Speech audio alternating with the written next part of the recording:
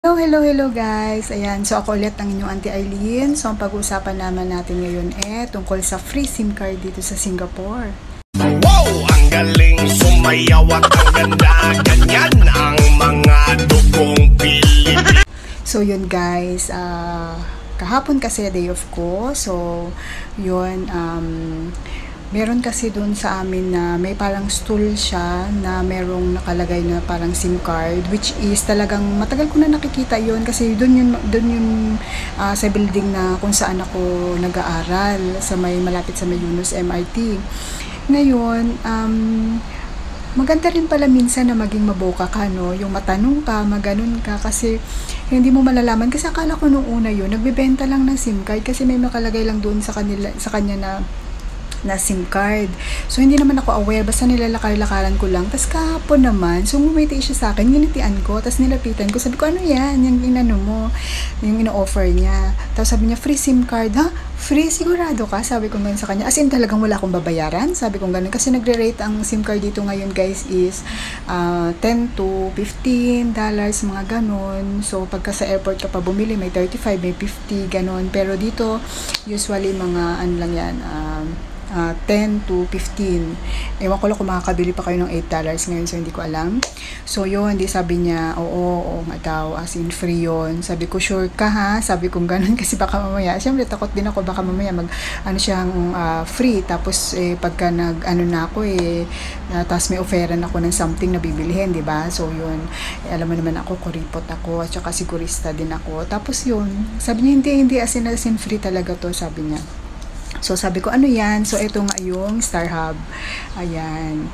So, yan. Hindi ko pa siya nagagamit kasi nga hindi ko pa naman din siya kailangan. Kasi yung ginagamit ko ngayon, guys, is yung sa Singtel sa Singtel SIM card, which is, nakaplan siya na number ng amo ko yun, na pinagamit nila sa akin while nagtatrabaho ako sa kanila. So, yun. So, syempre, pag umalis na ako sa kanila, kailangan ko rin ng may sarili akong SIM card, diba?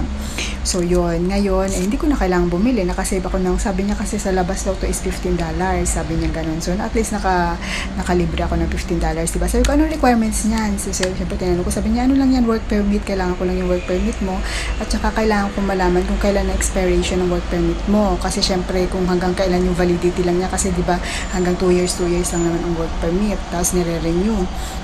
Kasi binigay ko yung work permit, tapos tinignan niya, tapos yung kinuha niya sa akin kung kailan yung expiration, kasi hindi niya mascan kung kailan yung expiration nung sa akin yung sa work permit ko. Tapos sinabi ko kung kailan, tapos yun nga guys, ayan, legit siya, naka-avail ako ng free SIM card. Sabi ko sa kanya, hindi ko pa kasi kailangan tong SIM card na to, paano yan? Baka mamaya mag-expire to, sabi kong ganon, kasi hindi ko alam kung next year ko pa siya magagamit or what. Hindi ko talaga din sure kung makakagamit ako. Siguro pag nakabili ako ng isang phone pa, ganon. So yun, baka mailagay ko to. Pero so far kasi nga nakaplan naman din ako, wala akong problema sa SIM card ko. So yun, sabi niya okay lang, hindi pa naman expiration yan, basta sabi niya wag ko daw tong i-activate muna, sabi niya ganun. Sabi ko okay.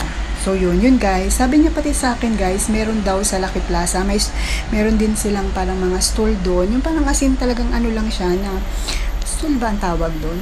Hindi ko alam kung ang tawag, yung asin ganun lang siya, tapos nakaupo lang sila sa isang stool, tapos may nakalagay lang doon na signboard ng SIM card, ganun. Meron daw sila sa Lucky Plaza, pero hindi ko pa din masyadong kung meron nga talaga. Ayun, kung sinong gusto ng free, kasi minsan daw na-assign siya doon, sabi niya ganun na, sabi ko, bakit naglilibre kayo niyan? Siguro nga, di ba, sa competition din, yung pinopromote lang nila itong SIM card na to. Itong 5G na rin siya guys. So yun, na yung speed niya sa internet. So yun. So kung kayo guys, nandito kayo sa Singapore, ayan, kung gusto nyo rin magkaroon ng free na SIM card, kung malapit kayo sa Yunus MRT, or alam nyo yung kung ano yung ng FAST, yung building ng FAST, or yung school ng Care Academy, as in doon sa school ng Care Academy sa baba lang, tuwing Sunday merong doon, hindi ko alam kung 9 to 4 lang siya or what, hindi ko natanong, pero nung inquire kasi ako sa kanya nito is alas 2 na yun ng hapon. So nandun lang siya, sa isang side lang siya ng lakaran namin yun.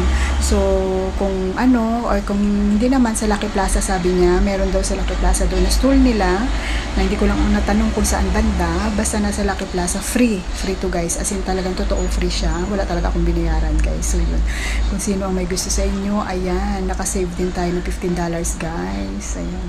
So yun lang.